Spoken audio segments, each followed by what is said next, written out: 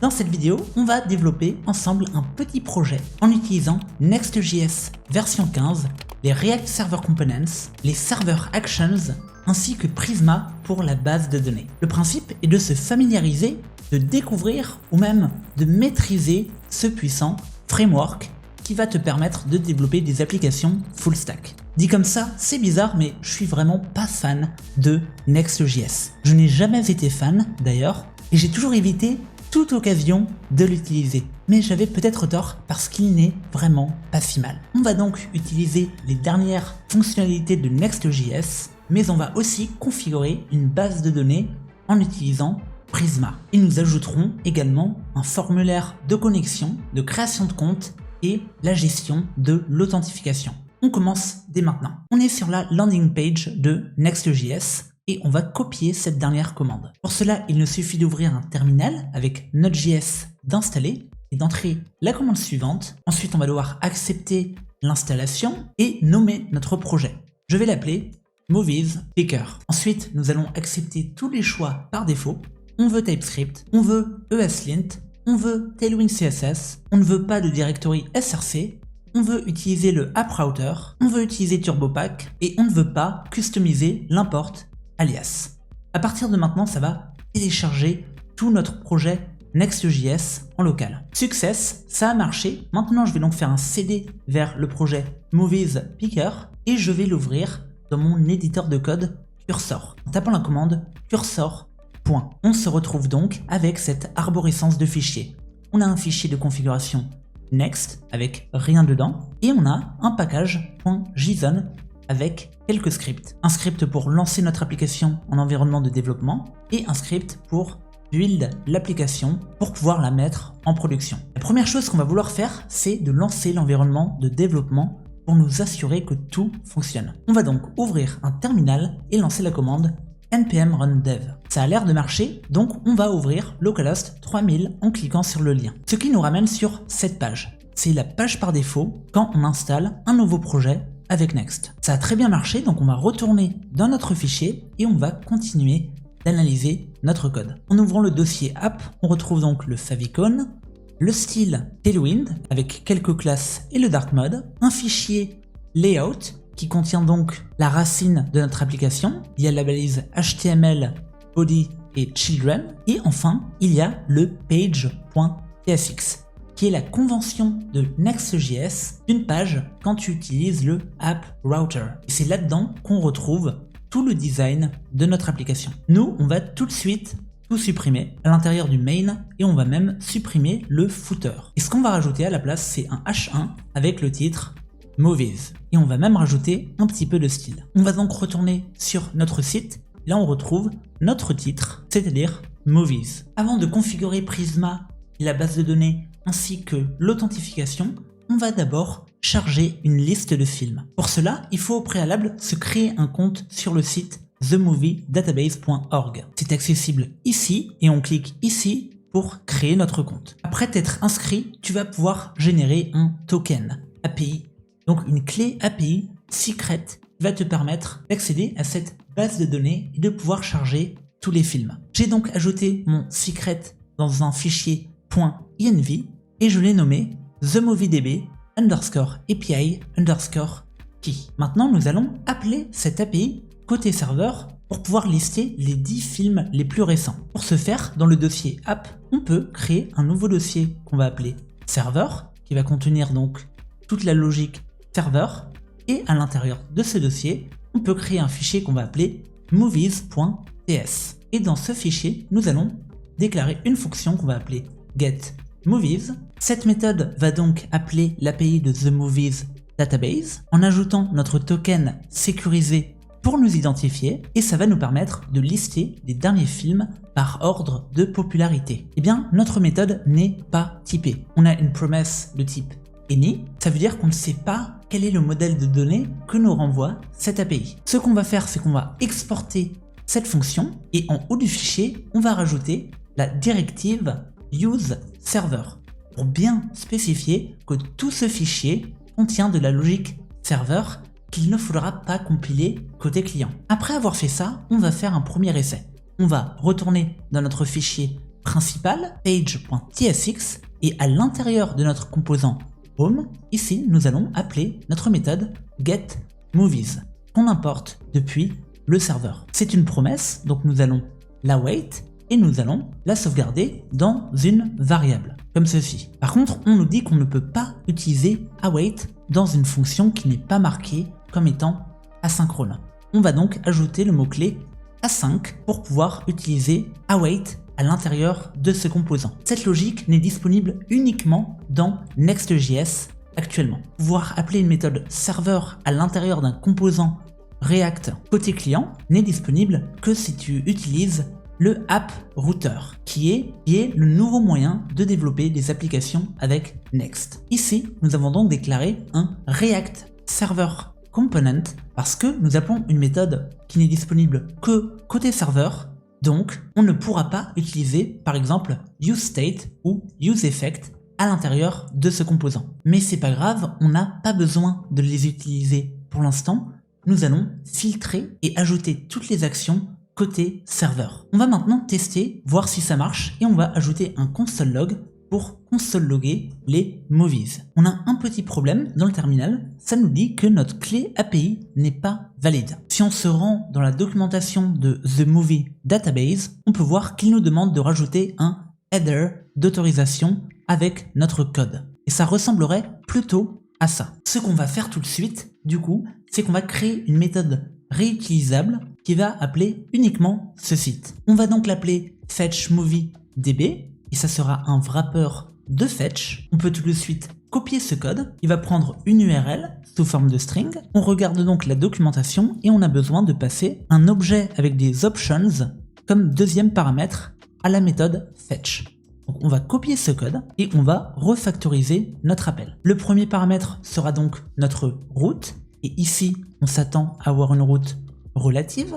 On va donc ajouter notre URL. Et le deuxième paramètre, ça sera la méthode qui par défaut sera get ainsi que le token d'authentification. Le token d'authentification, nous l'avons défini plus haut à cet endroit. On peut donc le coller et renvoyer notre tableau de JSON. Maintenant, au lieu d'appeler fetch directement, on va appeler fetchMovieDB qui nous renvoie tout de suite la réponse au format JSON. On va donc pouvoir supprimer cette ligne et si on regarde notre terminal, on peut voir que ça nous a déjà téléchargé des films. Par exemple à Working Man. C'est super, ça marche bien, mais nous on a envie d'ajouter tout de suite des librairies en plus et de complexifier ce code. Je plaisante, bien sûr, mais on peut voir ici que c'est typé any, la promesse. Et moi, j'aurais bien envie, à cet endroit, de savoir si c'est un tableau, si je peux boucler dessus. Pour l'instant, cette information n'est pas disponible. C'est pourquoi j'aimerais télécharger la librairie Zod, qui va me permettre de définir un schéma au format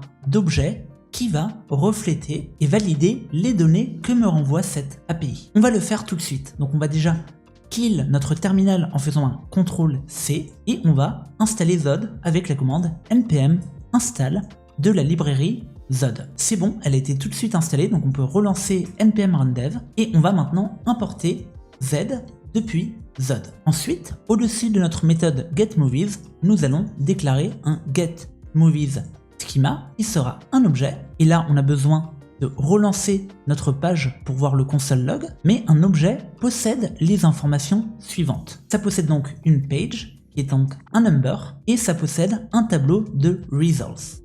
Et ce tableau de results, on peut dire que c'est un array, en utilisant zod.array, et ensuite on va mettre que c'est un object, ce qui signifie que c'est un tableau d'objets sur lequel on pourra boucler dans notre composant React. Et ce qui nous intéresse, c'est donc l'id, est un number, on va donc rajouter number, le title qui est un string et bien sûr le poster ici. On va donc rajouter le poster sous forme de string et pour l'instant c'est la seule chose qu'on a besoin de rajouter.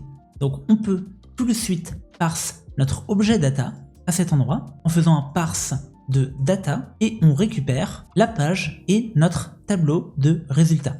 Et on peut tout de suite renvoyer ce tableau de résultats côté client dans notre composant React. Maintenant, si on retourne sur notre page.tsx, on peut voir maintenant le type de données. C'est donc un tableau d'objets qui contient une ID, un title et un poster. On a donc envie de boucler sur cette donnée.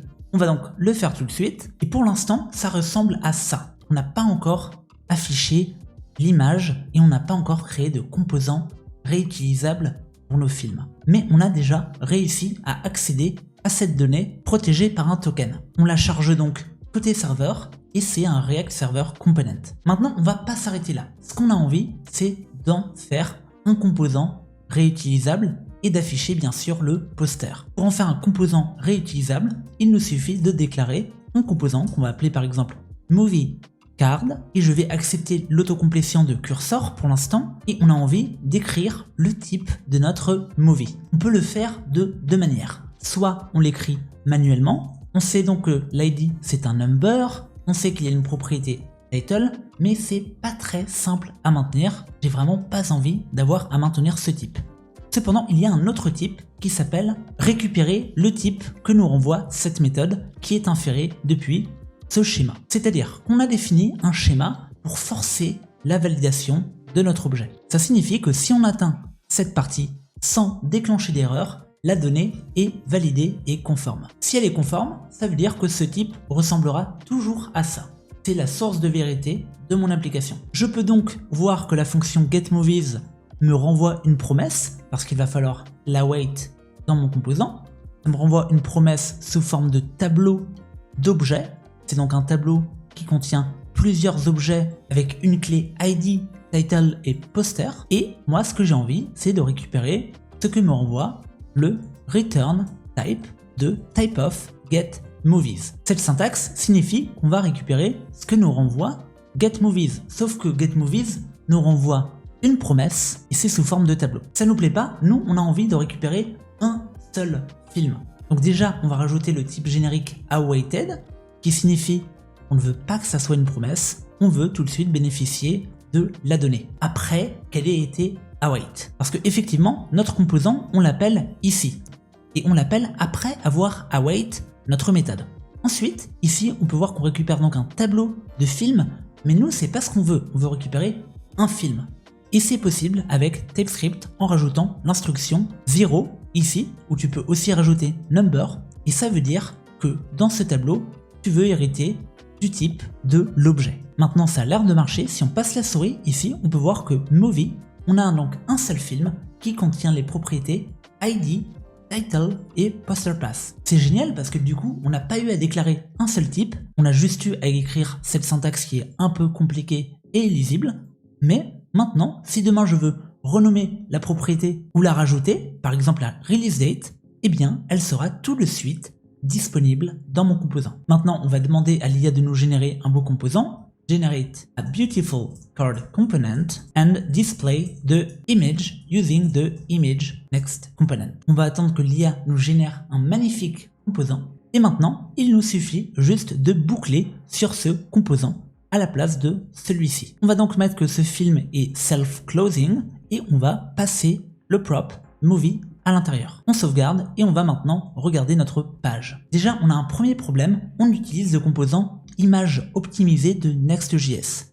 Mais pour pas qu'il y ait d'abus sur l'optimisation d'image, vu que ça coûte des ressources, on doit valider au préalable le nom de domaine de notre hébergeur d'images. C'est pas grave, il nous explique tout de suite qu'on doit rajouter une configuration nommée hostname dans notre fichier nextconfig. Donc nous, on va ouvrir le fichier nextconfig et on va rajouter à notre objet image la propriété remote patterns, qui est un tableau qui va contenir plusieurs hostnames. Maintenant, j'ai rafraîchi la page et boum, on peut voir que ça a tout de suite marché. Ça nous liste les derniers films, il y a des petites animations assez sympas et c'est un React Server Component. C'est super, ça marche très bien. Maintenant, ce qu'on a envie, c'est de configurer une base de données avec Prisma. On va donc se rendre sur le site de Prisma, ici, et on va copier la commande suivante. On ouvre donc notre terminal et on va le kill, et on va taper la commande suivante, mais on va d'abord retirer le "-db". On peut appuyer sur Entrée, ça va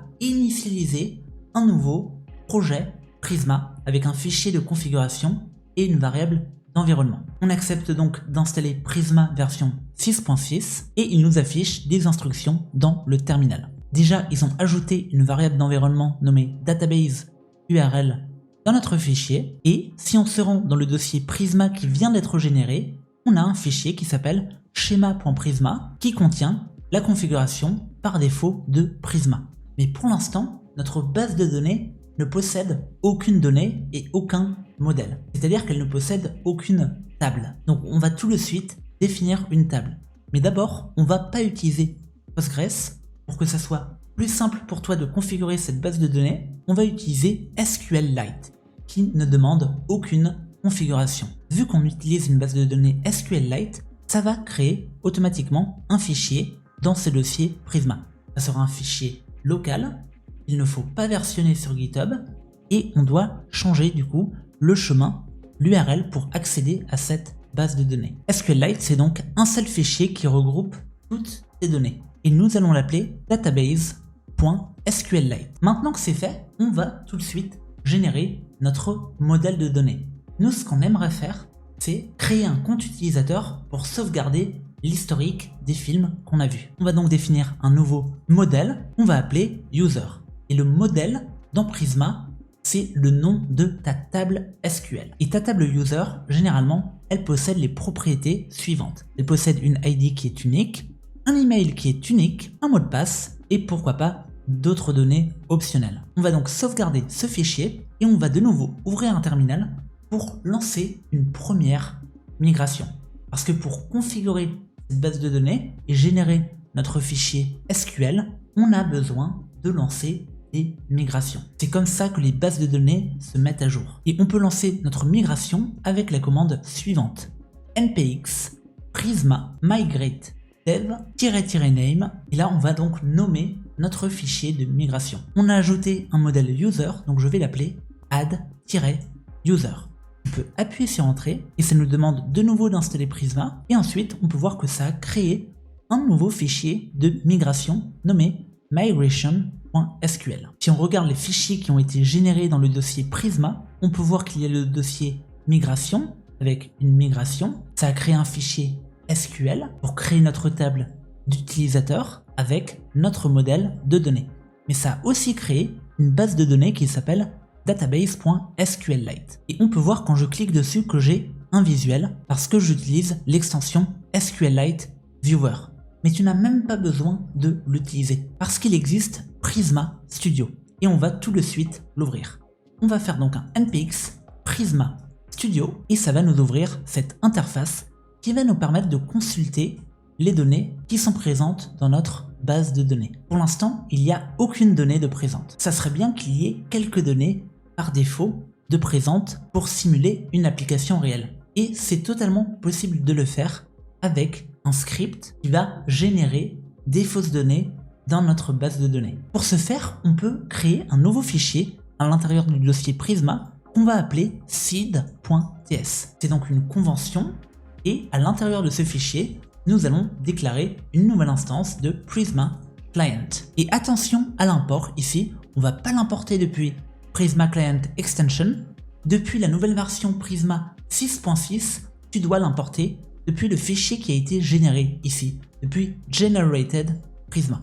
Et maintenant, tu exécutes le code suivant. Tu déclares une méthode asynchrone qui s'appelle main et à l'intérieur, tu peux exécuter toutes les requêtes SQL que tu veux. Bien sûr, on n'écrit pas du SQL à proprement parler, on utilise Prisma qui va traduire notre requête en SQL. Au début du fichier de migration, on a envie de supprimer tous nos utilisateurs avec un delete many. Ça va purger notre base de données de tous les utilisateurs qui ont été créés précédemment. Et ensuite, nous pouvons créer un premier utilisateur. Je vais l'appeler virgile@algomax.fr et je vais mettre comme mot de passe ABC123. Pourquoi je fais ça? Tout simplement pour tester la mécanique de connexion sans avoir à tout de suite implémenter la mécanique d'inscription. Ce fichier seed, il va bien sûr falloir l'exécuter. Et pour l'exécuter, il existe une librairie qui nous permet d'exécuter du TypeScript qui s'appelle TSX. On va donc tout de suite la télécharger en tant que dev dependency avec l'instruction suivante npm install -d pour dire que c'est une dev dependency, donc une librairie qui ne sera pas exécutée en production, et la librairie s'appelle TSX.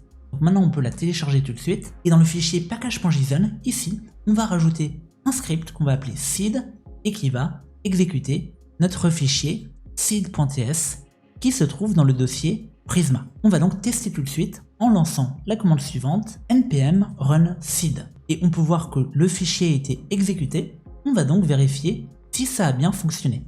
On va faire un npx prisma studio et on retrouve bien notre utilisateur qui a été généré automatiquement. Ça marche très bien. Malheureusement, le mot de passe il a été sauvegardé en clair. Bien sûr, c'est une faille de sécurité, donc il va falloir qu'on le hache avec une librairie. Mais on va pas le faire tout de suite. Déjà, on va relancer notre serveur de développement avec un npm run dev. Ensuite, on va créer une nouvelle page pour se connecter à notre compte utilisateur. Et pour créer une nouvelle page avec le fichier app router, il nous suffit de créer un nouveau dossier qu'on va appeler par exemple login. Et dans ce dossier, on crée un nouveau fichier qu'on va appeler page.tsx.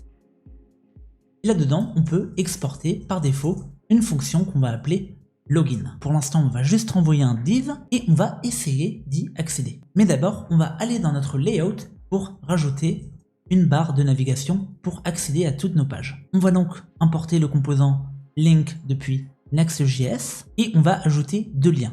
Un pour la homepage et un pour la connexion. Bien sûr, je ne peux pas m'empêcher de demander à l'IA d'améliorer le design de cette application. Dans cette vidéo, on n'a vraiment pas le temps de le faire, mais on mérite quand même d'avoir un beau visuel. Donc, si on rafraîchit la page, on peut voir qu'on a notre navbar avec un bouton pour la homepage et un bouton pour la page login qui affiche bien notre donnée. Ça marche bien, le routing a été effectué. Donc on va pouvoir demander à l'IA de nous générer un formulaire de connexion. Generate a basic login form. Il m'a généré ce formulaire. Malheureusement, il a rajouté plein de logiques qu'on ne va pas utiliser. Regardez, on a useState, on a 3 useState, on a handle change, on a handle submit. Ce code-là, il faut éviter de l'utiliser, surtout quand on utilise les React Server Components. Pourquoi? Parce que déjà, on ne peut pas utiliser useState si on est côté serveur. C'est pourquoi l'IA a rajouté useClient ici, pour dire que c'est un chargement qui se charge côté client. Nous, on a envie de garder le useServer comme ceci. Mais si on l'ajoute, on a une erreur parce que on utilise useState. Effectivement, il y a une meilleure manière de coder. Ce qu'on va faire déjà, c'est qu'on va supprimer les 50 premières lignes. Pour le moment, on peut commenter le schéma Z, peut-être qu'il nous servira plus tard. Ensuite, on a donc un formulaire, c'est très bien, et on a notre composant contrôlé. C'est un composant contrôlé parce qu'on contrôle sa valeur avec useState. Mais nous, on ne veut pas qu'il soit contrôlé. On va retirer ces props là et on va le retirer également sur le mot de passe. On a une autre erreur cependant parce qu'on n'a pas marqué notre React Server Component comme étant asynchrone. C'est très simple, il nous suffit de rajouter le mot-clé async à notre fonction. Maintenant, ça marche de nouveau. On a un composant, on peut rentrer un email, un mot de passe, et quand on clique, pour le moment ça utilise get, donc il ne se passe absolument rien. Nous, on va d'abord ajouter la logique côté serveur. Pour ce faire, dans le dossier serveur, on peut rajouter un fichier qu'on va appeler auth.ts. Et dans ce fichier, nous allons définir notre méthode login. Qu'est-ce qu'elle va faire? Déjà, elle va regarder si l'utilisateur existe. Ensuite, elle va regarder si le mot de passe est valide. Et ensuite, elle va connecter l'utilisateur. Elle va donc l'authentifier et le rediriger sur la page d'accueil. Pour ce faire, on va donc déclarer une fonction qu'on va appeler login. Ça va prendre un type qu'on va devoir écrire de manière explicite. C'est donc un email sous forme de string et un password sous forme de string. Ensuite, on va importer Prisma pour vérifier que notre utilisateur existe. S'il n'existe pas, ça sert à rien de connecter l'utilisateur. Mais au lieu d'avoir à déclarer une nouvelle instance de Prisma à chaque fois, et ce qu'on a fait dans le fichier seed, il vaut mieux déclarer une seule instance qu'on importe ensuite dans tous les autres fichiers. C'est ce qu'on appelle un singleton, c'est-à-dire qu'il n'y a qu'une instance de Prisma qui tourne à chaque fois. Et on va créer ce singleton tout de suite. Pour ce faire, on va créer un nouveau fichier dans le dossier serveur qu'on va appeler db.ts. Il n'aura qu'un seul rôle, importer Prisma Client et exporter Prisma. Maintenant, on peut tout de suite retourner dans seed et refactoriser notre composant.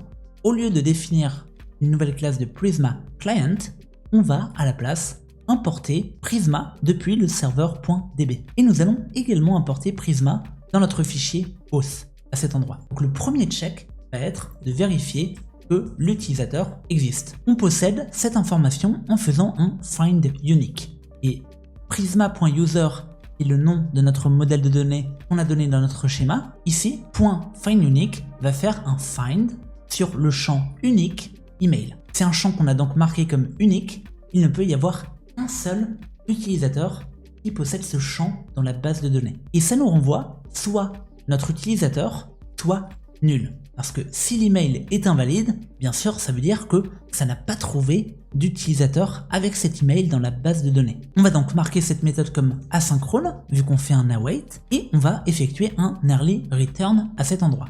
Si l'utilisateur n'a pas été trouvé, alors on peut renvoyer une erreur, l'utilisateur n'a pas été trouvé. Ensuite, deuxième check sur le mot de passe. Si le mot de passe sauvegardé dans la base de données différent du mot de passe qui a été utilisé pour se connecter, on affiche une erreur. Sinon, alors on peut renvoyer l'utilisateur. Mais on va pas tout renvoyer, on va juste renvoyer son email et son ID. Maintenant, c'est pas tout, c'est bien sûr du pseudocode qu'on va renforcer plus tard. Mais on va déjà tester en exportant cette fonction et on n'oublie pas de rajouter useServer au-dessus de ce fichier.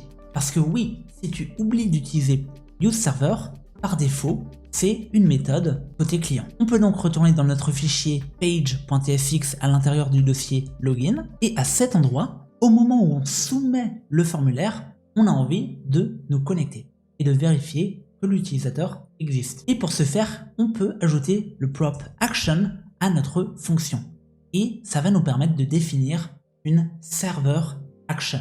C'est donc une fonction qui est asynchrone et qu'on peut appeler login action. On définit donc une fonction qui possède comme premier argument un form data. Et c'est très bien, ça va nous permettre d'accéder à la donnée qui a été soumise dans notre formulaire. On n'oublie pas également de rajouter la directive useServer à l'intérieur de notre fonction. Pour le moment, c'est écrit en inline, mais c'est une étape qui est obligatoire si on veut pouvoir exécuter cette action côté serveur. Maintenant, on exécute le code suivant. On transforme le form data en objet pour pouvoir déstructurer les propriétés email et password. Pour l'instant, elles ne sont pas typées sous forme de string, mais on va y revenir plus tard. Ensuite, après avoir récupéré l'email et le mot de passe, nous allons appeler la méthode login qu'on importe depuis le serveur ici.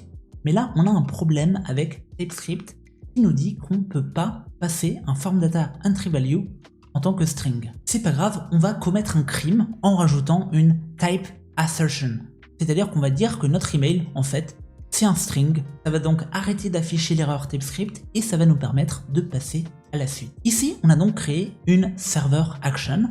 On a donc rajouté au propre action de notre composant de formulaire une fonction asynchrone qui est marquée comme étant useServer, ce qui signifie que c'est une server actions et ça va nous permettre de nous connecter. Bien sûr, ce code-là, tu peux l'écrire que si tu utilises une version récente de Next.js et si tu utilises le App Router. Donc maintenant, on va tout de suite tester si ça fonctionne. Mais d'abord, il y a quelque chose que tu dois vérifier. La propriété email et password, qu'est-ce qui lui donne l'instruction à notre form data que ces champs sont disponibles? Eh bien, c'est l'input ici, parce que tu peux donner un name à l'input. Le nom de cette propriété pourra ensuite être extrait dans le form data. Nous avons donc déjà ajouté un name à notre input et maintenant on va ouvrir le terminal et tester notre application. On va donc entrer la bonne configuration pour ne pas déclencher l'erreur côté serveur. Et si je clique sur Sign In, je retourne dans mon terminal et je vois les console log que m'a renvoyé le serveur ici. C'est pas du tout ça que je console log, c'est le login qui me renvoie une promesse avec un utilisateur. Ça a très bien marché. Ce code a encore beaucoup de failles, mais c'est un bon début. Maintenant, généralement, quand tu te connectes, on te redirige sur la page d'accueil et on affiche ton prénom sur la navbar. On va tout de suite ajouter cette fonctionnalité et on va l'ajouter en utilisant les cookies. Comme tu vois sur la documentation de Next.js, tu peux manipuler les cookies assez facilement avec la fonction qui s'appelle cookies ici. Tu as donc plusieurs méthodes, tu as le get et tu as le set. Et ce sont les deux méthodes que nous allons utiliser. Qu'est-ce qu'on a donc envie de faire ici? Save user ID in session. Bien sûr, le cookie sera sécurisé et encrypté pour pas qu'on puisse se connecter à n'importe quel compte utilisateur uniquement en devinant son user ID. Et pour arriver à ce résultat, dans notre méthode auth, on peut rajouter ce code-là. Mais pour que ça soit encore plus lisible, on va créer un nouveau fichier qu'on va appeler session.ts. Et à l'intérieur, on va copier le code de cette documentation. Ici. On va donc définir deux choses. On va définir la clé qui va contenir ce token de session. On va donc l'appeler user_session. Et ensuite, on va définir plusieurs méthodes. Une fonction getUserSession qui va donc appeler notre cookie store et qui va faire un get sur la propriété user_session. Si elle n'existe pas, ça nous renvoie nul. Sinon, ça nous renvoie sa valeur. Vu que nous, on sait qu'on va seulement sauvegarder l'ID dans la session, on peut même renommer ce champ en getUserID. Ensuite, on va ajouter une deuxième fonction qu'on va appeler setUserID. Et ça va prendre comme paramètre le userID. Je vais le rajouter sous forme d'objet et ça va le set dans la session en utilisant la même clé. On a donc créé nos deux méthodes et on peut maintenant les exporter pour pouvoir les utiliser côté client. Mais on va rajouter une dernière fonction à cet endroit. On a donc le userID, ça signifie qu'on peut récupérer l'utilisateur connecté. Et pour ce faire, on va déclarer une dernière fonction qu'on va appeler getOptionalUser parce qu'il est très fort possible que l'utilisateur ne soit pas connecté. Si l'utilisateur n'est pas connecté, c'est pas grave, on va pas renvoyer d'erreur, on va juste ne pas afficher son nom sur la navbar. Et la première méthode qu'on va appeler, c'est getUserID avec notre méthode getUserID qui récupère le userID depuis la session. Bien sûr, il faut pas oublier de marquer cette fonction comme étant asynchrone. Déjà, s'il n'y a pas de userID, on peut renvoyer nul, mais s'il y a un userID, alors on peut récupérer l'utilisateur avec un prisma.user_find_unique sur le champ unique ID. Bien sûr, ici j'ai fait une petite erreur. Vu qu'on récupère le userID depuis la session, on n'a pas besoin ici de le passer comme props. Et enfin, dernière petite précision, le fait qu'on ait un userID dans la session ne veut pas dire que c'est un ID valide. C'est pour ça que la requête user peut nous renvoyer de la donnée, mais ça peut très bien nous renvoyer null s'il n'a trouvé aucun utilisateur avec cet ID. C'est pourquoi il ne faut pas s'affoler si la connexion ne fonctionne toujours pas. Et là, on va faire une sélection sur les propriétés qu'on a envie de renvoyer côté client. On n'a pas envie de renvoyer le mot de passe haché ou les informations confidentielles, on a juste envie de renvoyer l'ID et l'email. Mais en vrai, c'est même pas sûr qu'on ait envie de renvoyer l'ID, et en vrai, on n'a même pas besoin de renvoyer l'ID. Donc on peut tout simplement sélectionner l'email de cette manière. Maintenant, du coup, on peut retourner sur notre page de connexion, et à cet endroit, si on a un utilisateur, ici, ce qui est forcément le cas, parce que si le code ne marche pas, on renvoie une erreur, eh bien, si on a un utilisateur, on peut faire un setUserID avec l'ID que nous a renvoyé notre backend ici. Donc, pour résumer, quand on renvoie ce formulaire avec notre input email et notre input password, ça va vérifier dans la base de données qu'il existe bien cet utilisateur, et s'il existe, on va sauvegarder dans un cookie son user ID pour persister le statut de cet utilisateur. Mais c'est pas la seule chose qu'on a envie de faire. On a envie de retourner dans le layout, d'afficher le prénom de l'utilisateur, ou en l'occurrence son email, dans la navbar si on est connecté. Et on va tout de suite le faire en rajoutant déjà le mot-clé asynchrone à notre layout, parce que ça devient un serveur component, et nous allons récupérer l'utilisateur optionnel avec la méthode getOptionalUser. On a donc oublié de l'exporter dans notre fichier, donc je vais l'exporter tout de suite, et maintenant je peux l'importer dans mon layout. Et il ne suffit plus qu'effectuer un affichage conditionnel. Si on est connecté, alors on veut afficher l'email dans un span et un petit formulaire de déconnexion. Malheureusement, on n'a pas encore créé la méthode pour se déconnecter, mais c'est assez simple, on a juste à supprimer le cookie. On peut le faire tout de suite avec un cookiestore.delete sur la clé qu'on a attribuée à notre session utilisateur. Maintenant, du coup, c'est un serveur action qui sera exécuté lorsqu'on clique sur le bouton. Regardons un peu à quoi ça ressemble. Ici, si on tape un faux email et un faux mot de passe, pour le moment, ça va déclencher une erreur. Ça déclenche une erreur parce que dans notre méthode auth, ici, on renvoie une erreur si la bonne donnée n'est pas renvoyée. Mais si on envoie une donnée qui existe, c'est-à-dire l'email existe et le mot de passe existe, Alors, on se connecte et ici on peut voir que dans la navbar, on possède maintenant le statut avec l'utilisateur connecté. Regarde, si tu rafraîchis la page, on est toujours connecté à notre compte. Ça fonctionne vraiment très bien. Là, on est sur la page d'accueil et si on clique sur Logout, eh bien, ça nous déconnecte. Ça va donc supprimer le user ID de la session. On va donc se reconnecter une deuxième fois. Et d'abord, on va inspecter l'élément ici. Parce que toute cette logique se passe ici dans Applications et dans Cookies. On a donc des cookies et au moment où on se connecte, ici, ça va créer un cookie sécurisé avec l'ID de notre utilisateur. Ça peut nous effrayer, mais on peut voir ici que l'ID du user n'a pas été crypté. Finalement, c'est exactement le même ID qu'on possède dans la base de données. Mais c'est parce qu'on n'a pas passé certains arguments en production qui vont sécuriser le cookie côté serveur. Et c'est assez simple de le faire. Ici, il nous suffit juste de passer un nouvel objet comme troisième paramètre de notre méthode set à cet endroit-là. Ça veut dire que ça va donc sécuriser le cookie, mais uniquement en environnement de production. Ça ne nous dérange pas, côté client, de pouvoir accéder aux cookies cryptés. Et donc du coup, comment ça se passe ici? Ça fait quoi si je manipule directement le cookie?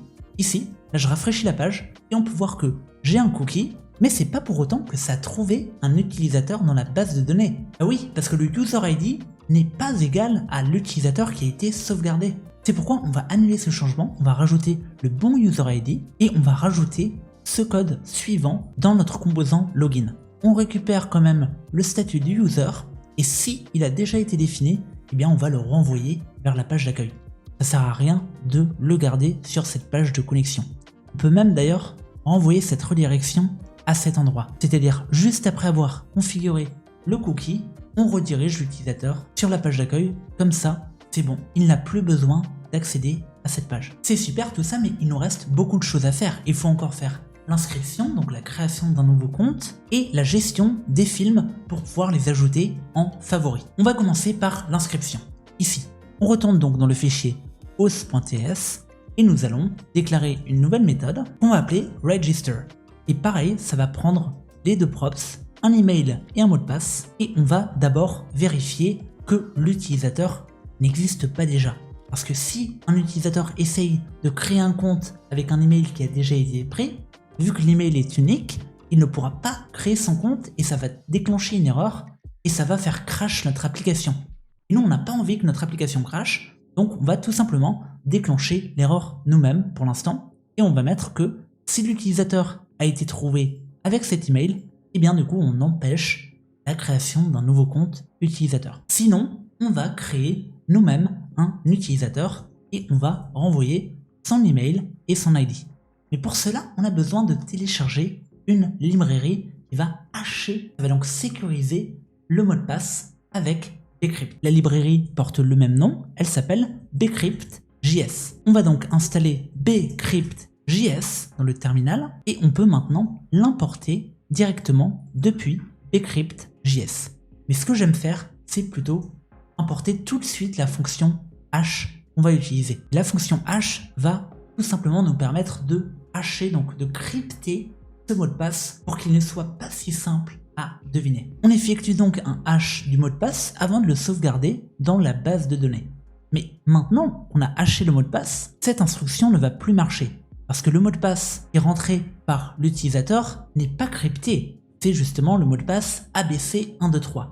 Par contre, le mot de passe qu'on aura sauvegardé dans la base de données, lui, il est crypté. On va devoir donc comparer le mot de passe crypté avec le mot de passe non crypté et le vérifier. Pour cela, il y a une deuxième méthode qu'on importe depuis Bcrypt qui s'appelle compare. Et on peut même en faire une fonction réutilisable qu'on va appeler compare password. Et cette fonction va prendre deux mots de passe, le mot de passe pas crypté et le mot de passe crypté. Et on va tout simplement renvoyer ce que nous renvoie la méthode compare. La méthode compare est donc une promesse qui renvoie un booléen. Donc ça renvoie true si le mot de passe est valide et ça renvoie false si le mot de passe n'est pas valide. C'est très bien, c'est exactement ce qu'il nous fallait. Donc on va sauvegarder ça dans une variable. If le mot de passe est valide, on va donc faire un await de compare password et on va passer le mot de passe en clair que l'utilisateur vient de nous fournir avec le mot de passe haché qui est présent dans la base de données. Si le mot de passe n'est pas valide, eh bien on peut dire à l'utilisateur que non, on ne va pas autoriser sa demande de connexion. Sinon, on peut autoriser sa demande de connexion. Maintenant, il faut bien se rendre compte que là, actuellement, on a généré un utilisateur avec un mot de passe qui n'est pas du tout crypté. Il est disponible en clair. Donc, on a besoin de faire quelque chose. Il va falloir que nous hashions le mot de passe qu'on a généré ici en dur dans le fichier de migration. Pour ce faire, on va transformer le hash ici en fonction réutilisable. On va donc déclarer une nouvelle fonction qu'on va appeler hash password qui va tout simplement nous renvoyer le mot de passe haché. Cette fonction, nous allons l'utiliser ici avec le mot de passe que l'utilisateur utilise pour s'inscrire. On peut déjà exporter la méthode register et on peut retourner dans notre fichier seed ici pour remplacer ce mot de passe par un hash password en n'oubliant pas bien sûr d'exporter cette fonction. On va donc l'importer dans ce fichier et nous allons l'await. Maintenant on peut dire que ça a l'air de marcher. On va donc lancer notre fichier seed pour supprimer l'utilisateur et le recréer avec un mot de passe haché, et si on retourne maintenant sur Prisma Studio, on peut voir que le mot de passe a été haché. C'est super tout ça, donc maintenant on va de nouveau faire une tentative de connexion. On retourne sur la home page, on va sur login et on va taper exactement le même mot de passe, sauf qu'on va comparer notre mot de passe pas haché avec le mot de passe haché. On fait sign in, et là on peut voir qu'on a été redirigé sur la page d'accueil et qu'on est toujours connecté. Donc ça a toujours fonctionné. Sauf que cette fois, le mot de passe est haché. Il est donc crypté et il ne sera pas si simple à deviner. Maintenant, on a créé la méthode register. Il est temps de l'utiliser. Pour créer un nouveau compte, il nous suffit de dupliquer le dossier login et de l'appeler register. On a donc déjà page.tsx à cet endroit et il nous suffit tout simplement de renommer les champs ici et d'appeler le composant register. La logique va être exactement la même, ça sera un register action, mais au lieu d'appeler login, nous allons appeler register, la méthode qu'on importe depuis notre serveur. Pour l'instant, bien sûr, vu qu'on n'a pas encore ajouté de propriétés nom, prénom, etc., on utilise juste un email et un mot de passe. Donc c'est vraiment très minime comme refactorisation et ça nous renvoie exactement la même donnée.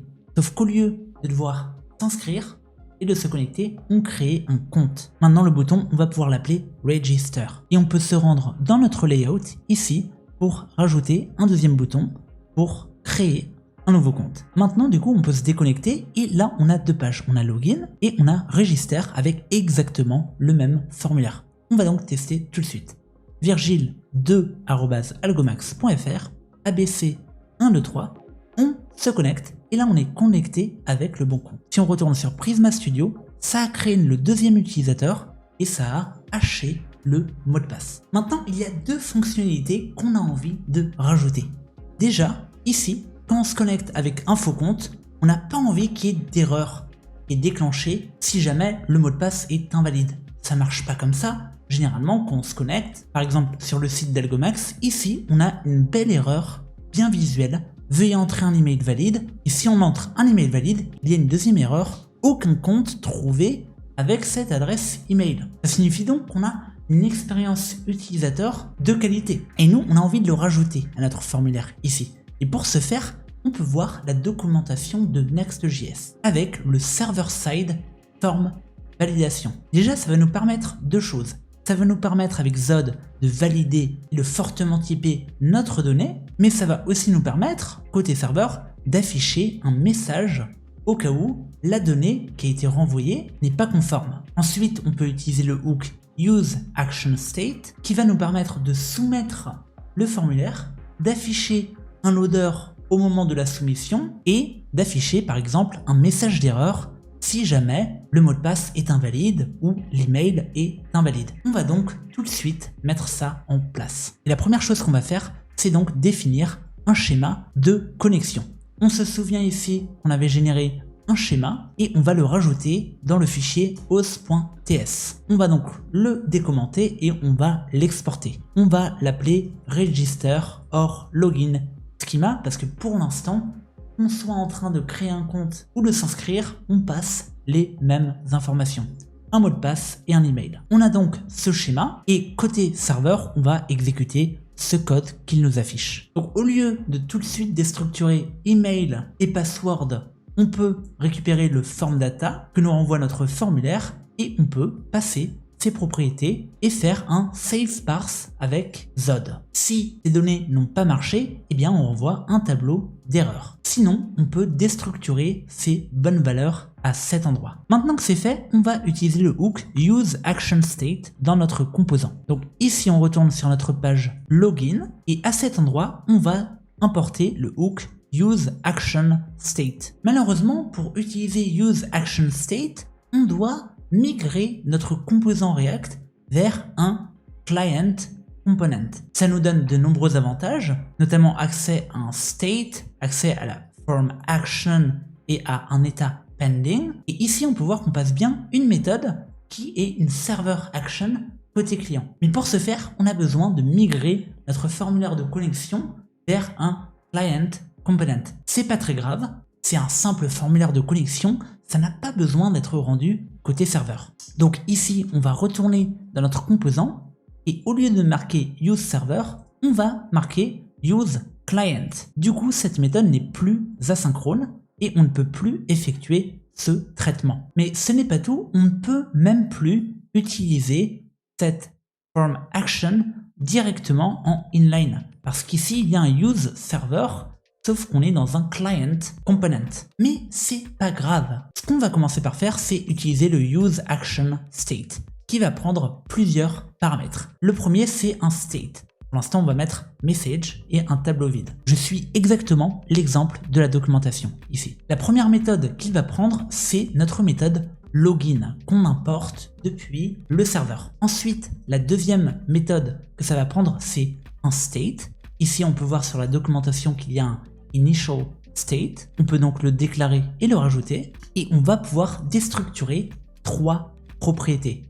Une form action, ici, qu'on va ajouter ici en tant que props. Et on peut ensuite afficher notre state à cet endroit-là et afficher un loader au moment du chargement de la page. On va tout de suite implémenter ces deux fonctionnalités. Bien sûr, on a un petit problème ici parce que le action state, il passe finalement le form data comme paramètre. Donc il ne passe plus un email et un mot de passe. Donc on va devoir changer ici le form data pour hériter du type form data. Sauf que nous, on a envie de le faire pour améliorer l'expérience utilisateur. Et on va même faire encore mieux, on va définir un schéma Zod ici, qu'on va appeler register or login schema et qui va valider l'email et le mot de passe. En fait, on fait exactement ce qui nous est recommandé de faire dans la documentation officielle.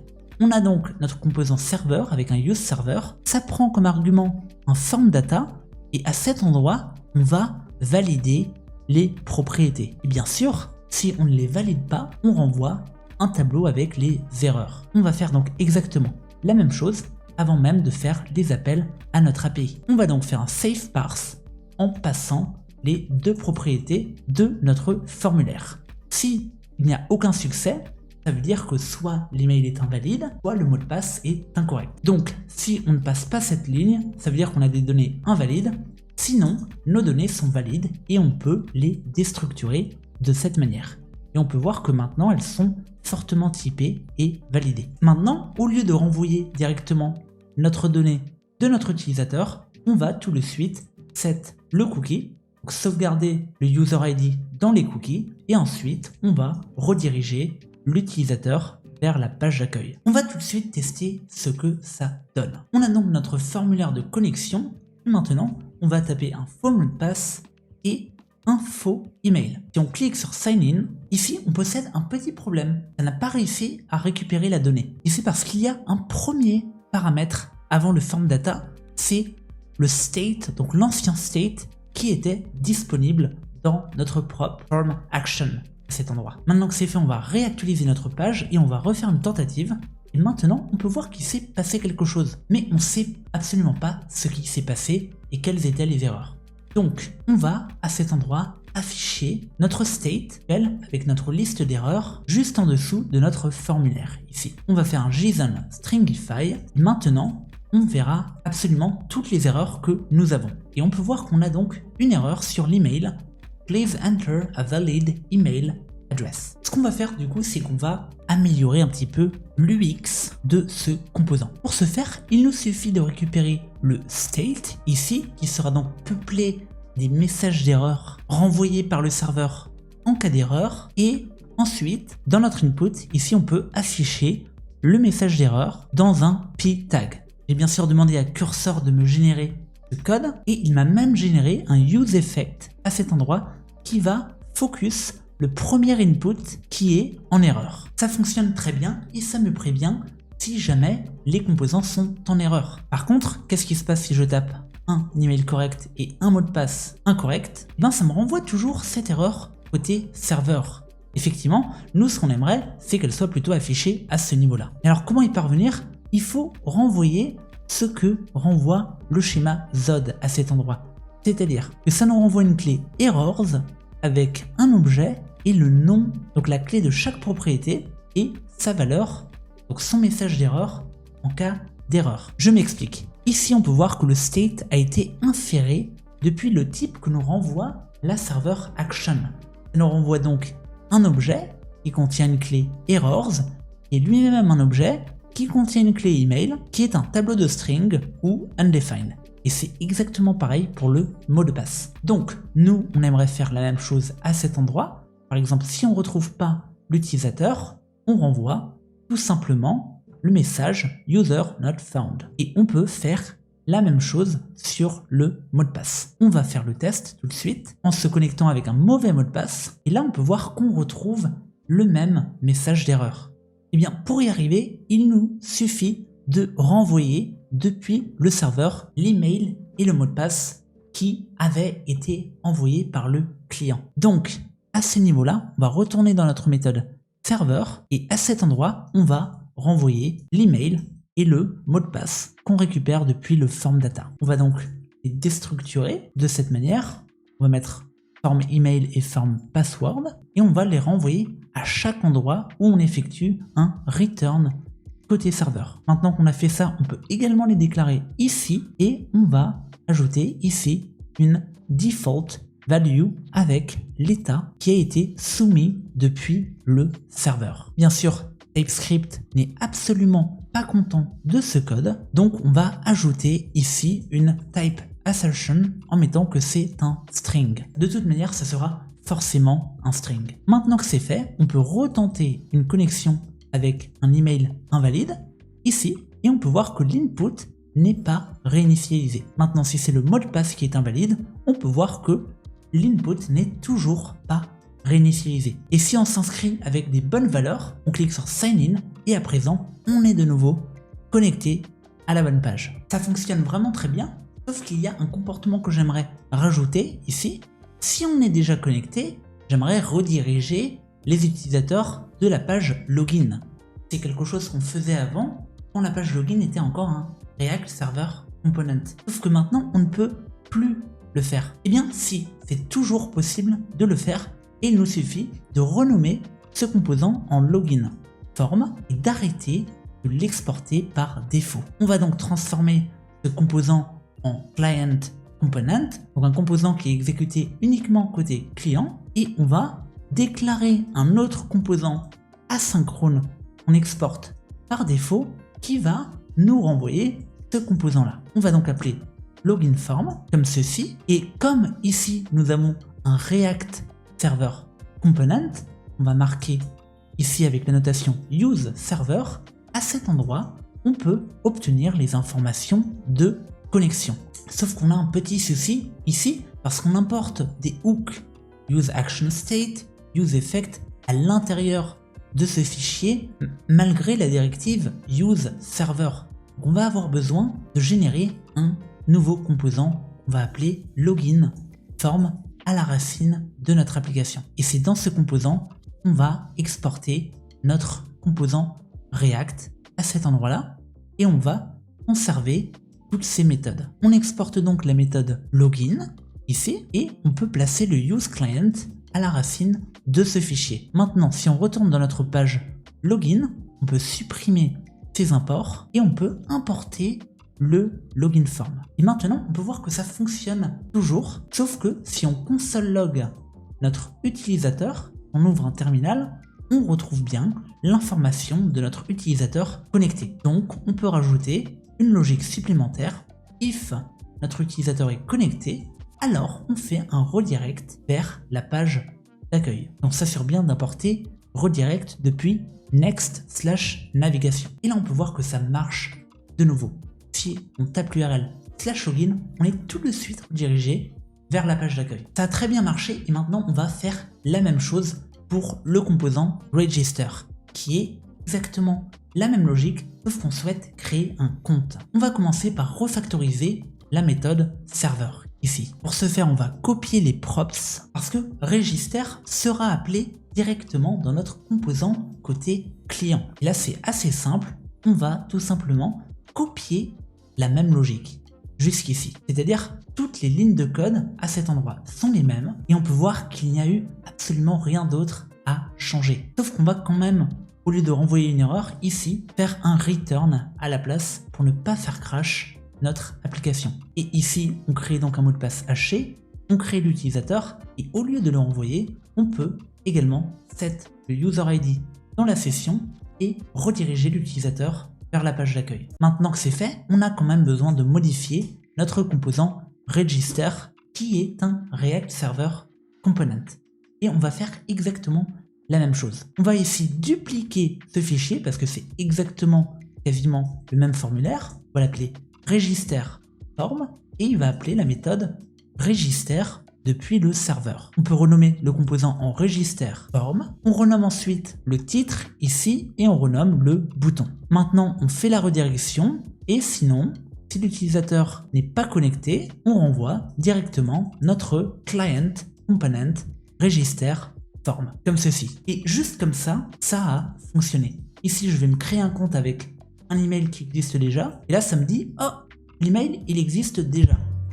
Par contre, si je crée un compte avec un email qui n'existe pas, tadam, ça m'a redirigé, mais ça ne m'a pas sauvegardé le user ID dans la session. Donc il y a quand même un petit souci. Le souci, c'est que je n'ai pas await la création du cookie dans la session. Donc on va refaire la tentative avec un quatrième utilisateur. On se connecte et là, on est de nouveau connecté et redirigé vers la home page. Si on essaye d'accéder à la route register, on est tout de suite redirigé parce qu'on est déjà connecté. Maintenant que c'est fait, on va pouvoir mettre en place notre première route protégée. Le principe du projet, c'était donc de lister les films et les séries qu'on a déjà vus. Et pour ce faire, on va créer une route protégée qu'on va appeler History.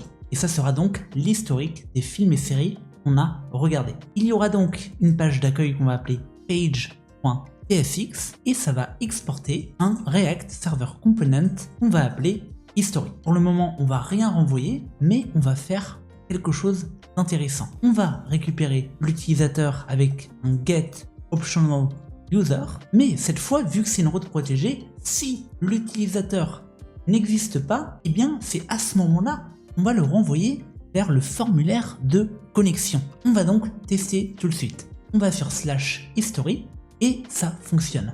Mais si on est déconnecté et qu'on va sur /history, ça nous redirige vers le formulaire de connexion. Effectivement, cette route est protégée. Comme elle est protégée, on va retourner dans le layout et on va rajouter ici un lien vers cette nouvelle page pour pouvoir y accéder depuis l'interface. On va maintenant se reconnecter. Maintenant, on a donc le lien vers la page History et on va afficher notre composant avec la liste des films qu'on a regardés. Pour cela, on doit retourner dans notre schéma Prisma et on va rajouter une entrée dans l'historique. Mais d'abord, on doit retourner sur l'API de Movie Database ici, parce que on retrouve bien les ID de movies, mais il y a aussi des ID de TV shows, donc des séries, et nous, on a envie que ça fonctionne, que ça soit avec des épisodes de séries ou avec des films. Donc on va retourner sur notre page d'accueil et on va également rajouter un autre appel pour lister les dernières séries tendances. Ça va être le même esprit, on va exporter une fonction, on va appeler getSeries et je ne sais pas si on va pouvoir réutiliser le même schéma Z, on va essayer et on va donc faire un promise.all dans notre composant pour charger en même temps les films et les séries. Et là on peut voir qu'on a une erreur au niveau de notre schéma Z, je m'en doutais, le modèle de données est totalement différent. Donc on va définir un nouveau schéma et en fait c'était la propriété title qui a été remplacée par la propriété name. C'est pas très grave, mais du coup ça va nous forcer à créer un nouveau composant qui sera un series card. Et ça va, pareil, utiliser le type que nous renvoie la méthode getSeries et nous allons refactoriser tout ce code. Maintenant que c'est fait, on va rajouter sur l'interface notre liste de séries. Regardons à quoi ça ressemble. On a d'abord les films et ici on retrouve des series. Donc ça a très bien réussi à faire la différence. On retrouve les dernières séries tendances. Par exemple, The Last of Us. Ce qu'on va faire maintenant, c'est qu'on va sauvegarder dans notre schéma Prisma un nouveau modèle qui sera donc un History Item. On va donc appeler ça History Item et ça aura une relation one-to-one avec notre utilisateur qui lui pourra avoir plusieurs History Items. Et là, c'est toi qui vois ce que tu veux faire.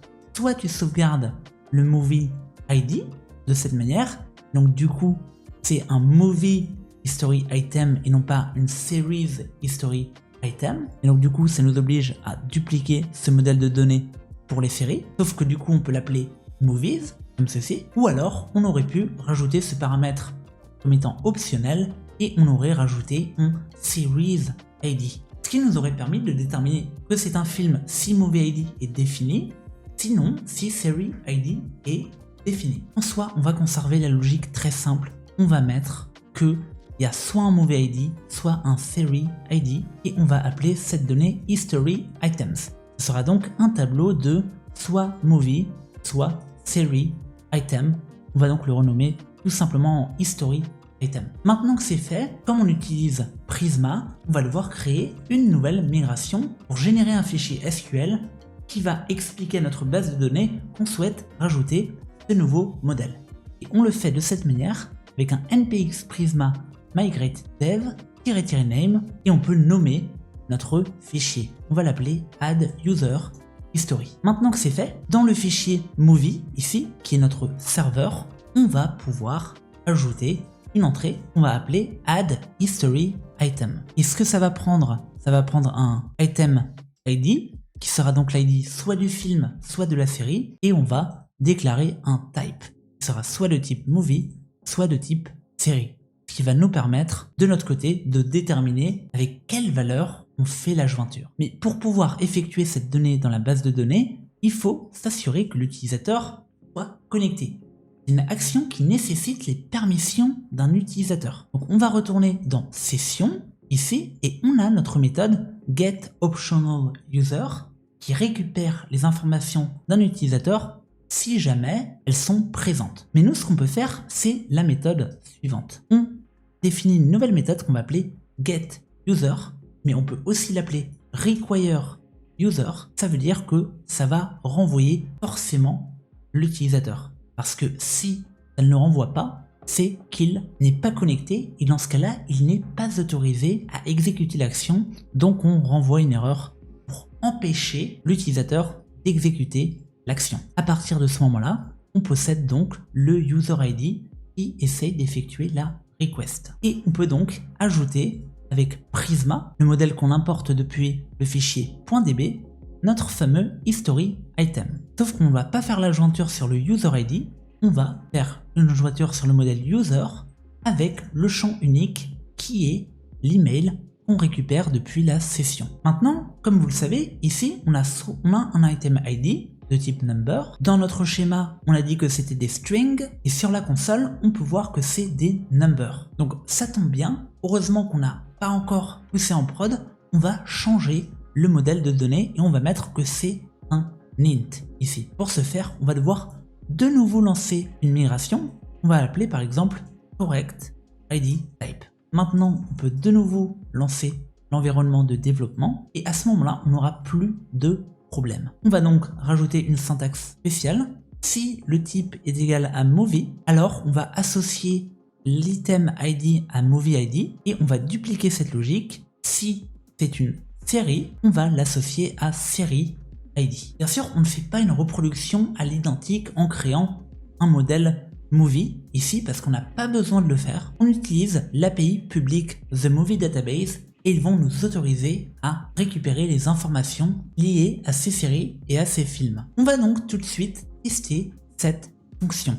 C'est une server action et pour ce faire, j'aimerais rajouter le bouton à cet endroit. Donc on va retourner sur la page d'accueil et ici on va appeler use action state, ce qui va du coup transformer notre composant en client component.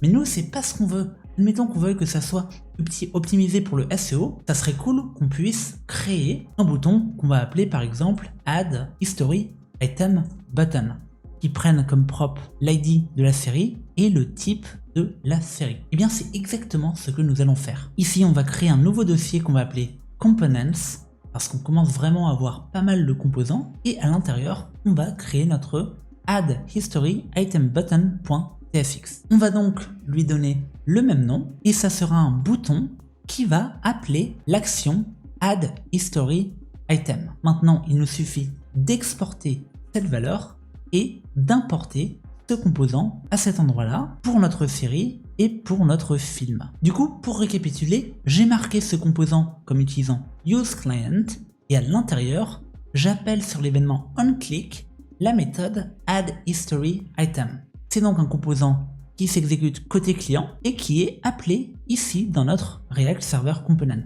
Ça signifie qu'au chargement de la page, on a notre liste de films et seulement côté client vont apparaître les boutons pour l'ajouter à l'historique. Maintenant, on a bien envie de voir si il est ajouté à l'historique au moment du clic, donc on va ajouter un console log ici en affichant toutes ces informations. On clique plusieurs fois sur Add to History et on retrouve à chaque fois notre action. Et alors, qu'est-ce qui se passe si on est déconnecté? Eh bien, si on est déconnecté, ça renvoie une erreur de cliquer sur Add to History parce que l'action serveur déclenche cette erreur côté serveur. Bien, la manière la plus simple de pallier à ce problème, c'est tout simplement de ne pas afficher ce bouton côté client. On peut donc récupérer les informations de l'utilisateur connecté avec un get optional user et on peut les passer dans notre liste ici comme argument.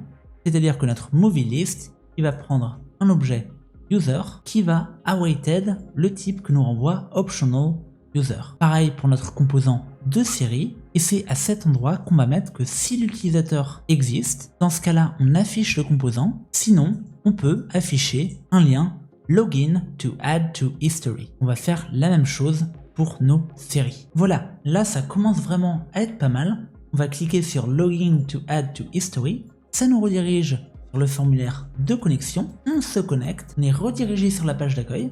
Et maintenant, on a le bouton Add to History. On peut même le mettre en vert pour bien faire la différence entre un utilisateur connecté et déconnecté. On va donc ajouter Minecraft, Captain America, Novocaine. Et maintenant, on va accéder à notre historique ici. Et pour ce faire, nous allons donc définir dans notre fichier serveur une nouvelle méthode qu'on va appeler history.ts. Pareil, on va donc importer Prisma et nous allons écrire le code suivant.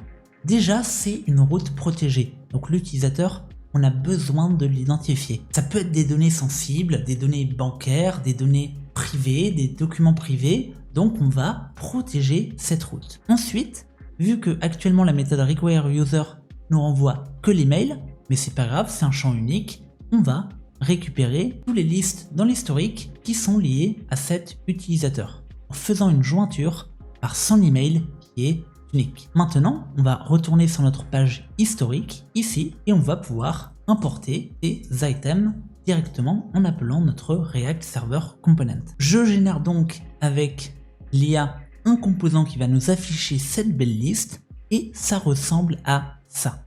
On a donc notre Watch History avec notre liste de movies. On va retourner sur la home page, on va ajouter quelques séries. Si on retourne sur l'historique, on peut voir les dernières séries qu'on a ajoutées. Donc déjà ce qu'on va faire, c'est qu'on va trier en faisant un order by pour avoir la date dans l'ordre descendant, c'est-à-dire qu'on va voir les dernières séries qu'on a regardées en premier. Maintenant, on a un petit souci ici parce qu'on aimerait récupérer côté serveur, le nom du film en question et son poster. Encore mieux, pourquoi pas pouvoir réutiliser le movie card à cet endroit. Et c'est ce qu'on va tout de suite essayer de faire. Déjà, on va donc dupliquer cette méthode et nous allons l'appeler getMovie. Ça va prendre une ID, on va appeler movie ID comme paramètre. Pour que ça fonctionne, il va falloir définir un nouveau schéma Z.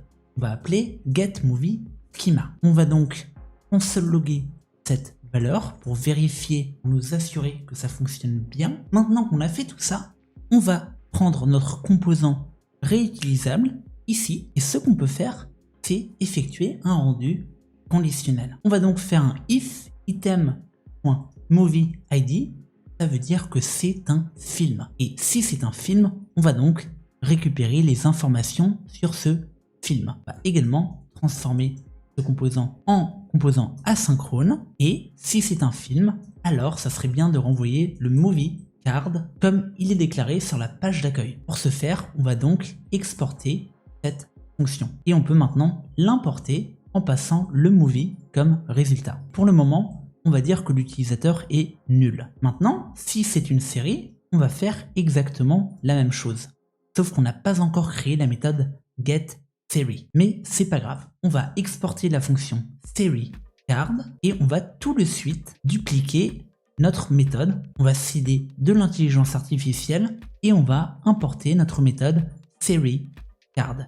On peut maintenant arrêter d'afficher ce composant. Et maintenant, on peut voir qu'on retrouve bien la liste de tous les films qu'on a ajoutés à notre historique. Ça fonctionne très bien et ce qui serait cool, ce serait de pouvoir les retirer de l'historique et même d'afficher les informations présentes dans notre item ici. Par exemple, la date à laquelle on a regardé ce film et cette série et pourquoi pas un bouton pour supprimer, pour retirer de l'historique cette vue qu'on a faite. On peut faire, c'est qu'on peut rajouter un props qu'on va nommer action qui sera égal soit à add, soit à remove.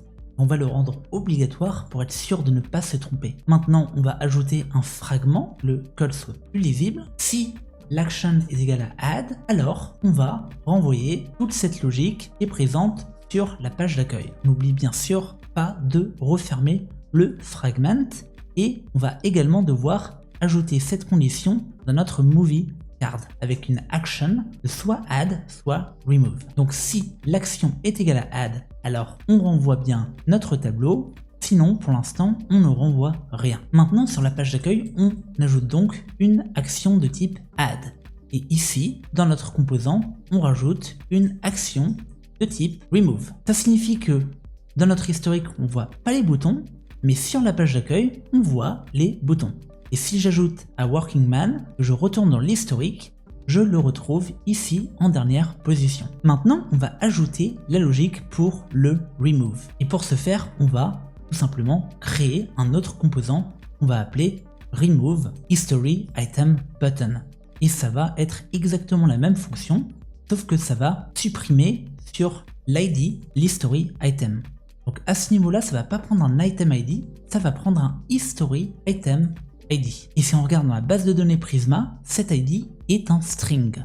Donc on va le faire passer comme paramètre sous forme de string. Maintenant, c'est bien sûr toujours une requête protégée. Donc on a besoin d'appeler require user et nous allons faire un delete where ID est égal à history item ID. Maintenant, on peut importer cette méthode dans notre composant remove history button. On va donc créer un nouveau fichier qu'on va appeler remove history item button.tsx et on va exporter ce même bouton qui importe cette méthode depuis le serveur. Sauf que ça va prendre comme paramètre le item. Donc on va changer les props ici et ça va prendre l'item ID. Maintenant que c'est fait, dans notre composant SeriesCard, on va ajouter cette logique. Si l'action est égal à remove et que l'utilisateur est connecté, alors on affiche le bouton, sinon on n'affiche rien. Et pour ce faire, on a besoin de history item ID, et soit un string,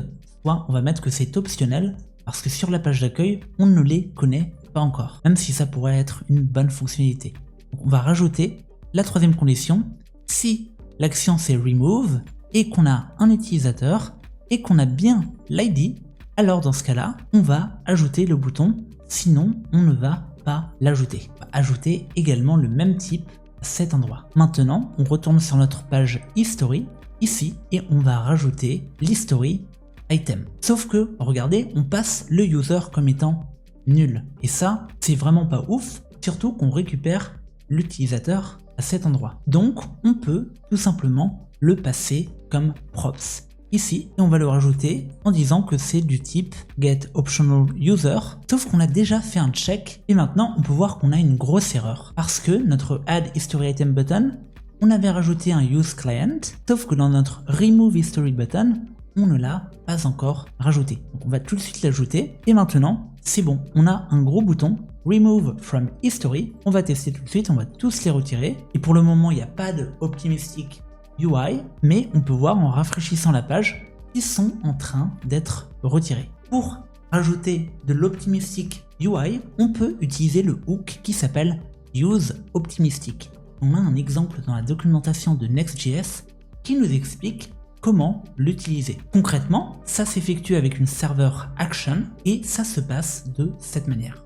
On va donc ici, au niveau de notre history, à l'endroit où on récupère les history items, importer le hook useOptimistic et au lieu de passer des messages, nous allons associer le type que nous renvoie notre historique. Ensuite, on va passer en premier paramètre le history item. Ça nous renvoie donc un tableau de history item et l'ID de l'élément qu'on a envie de supprimer. Ensuite, on peut donc filtrer sur les optimistic history items, comme ceci, donc c'est notre tableau d'historique, et on va tous les récupérer, sauf ceux qui sont égaux à l'ID qu'on essaye de retirer. On va donc renommer tout ça, bien sûr, on va le renommer en history items, et on va renommer ce champ en initial history items, et on va le passer à ce niveau-là. Ensuite, on va ajouter la méthode remove historic item optimistically. On peut voir du coup qu'on a une méthode qui est typée, c'est un string, ça sera l'ID de la ressource qu'on aimerait supprimer, et ensuite si on retourne sur la documentation, on a donc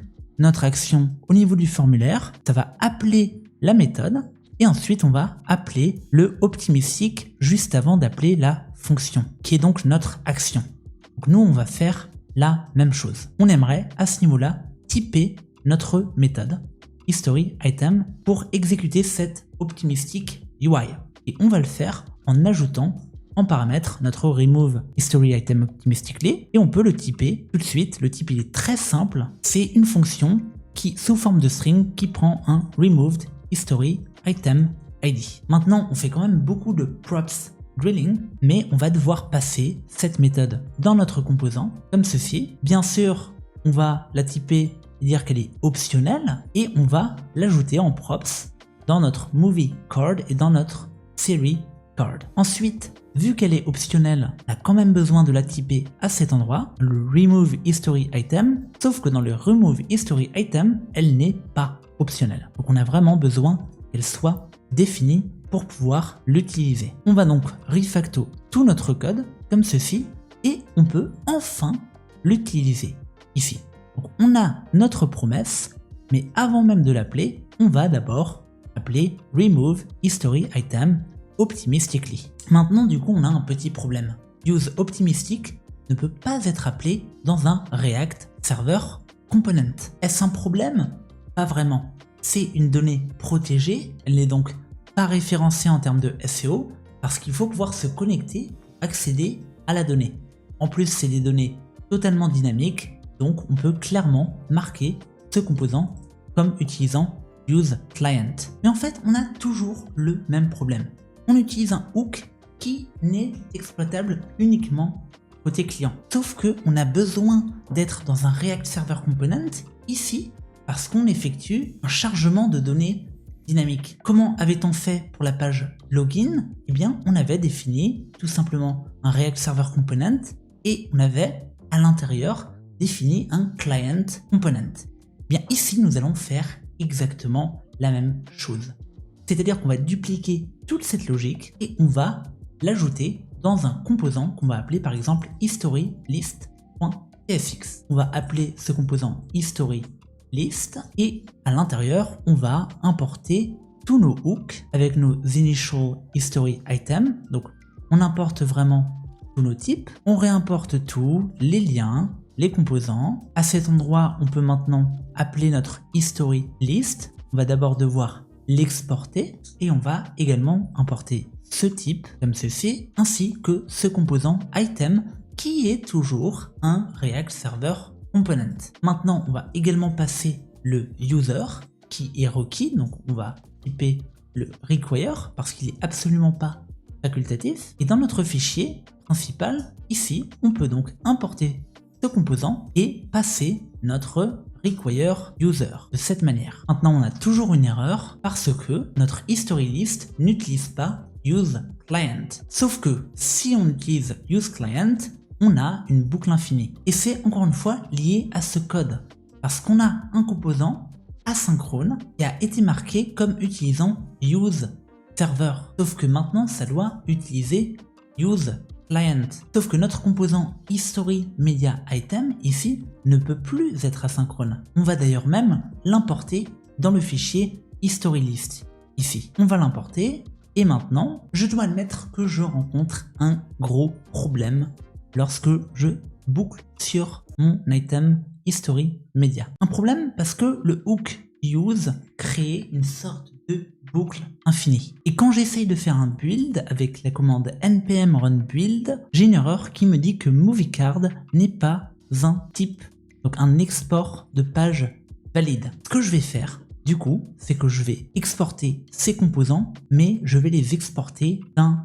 composant plutôt, que je vais appeler moviecard.tfx et à l'intérieur de ce fichier, je vais directement exporter mon composant moviecard et mon composant series-card. Maintenant ici sur la page d'accueil, on va donc importer ces composants et on va aussi devoir les importer ici dans notre history list et on va regarder si cette erreur disparaît. L'erreur a bien sûr disparu. Maintenant on a plein d'erreurs ESLint, mais comme vous le voyez, c'est toujours la même erreur. C'est-à-dire qu'on a une boucle infinie ici parce qu'on est en train de charger côté client à l'infini nos getMovie et nos getSeries. J'ai essayé au niveau du server action de rajouter useCache comme ceci, donc getMovie et getSeries, sauf que du coup j'ai une autre erreur. L'erreur de type transforme ce composant en serveur composant. Et je viens de trouver la solution. En fait, il fallait tout simplement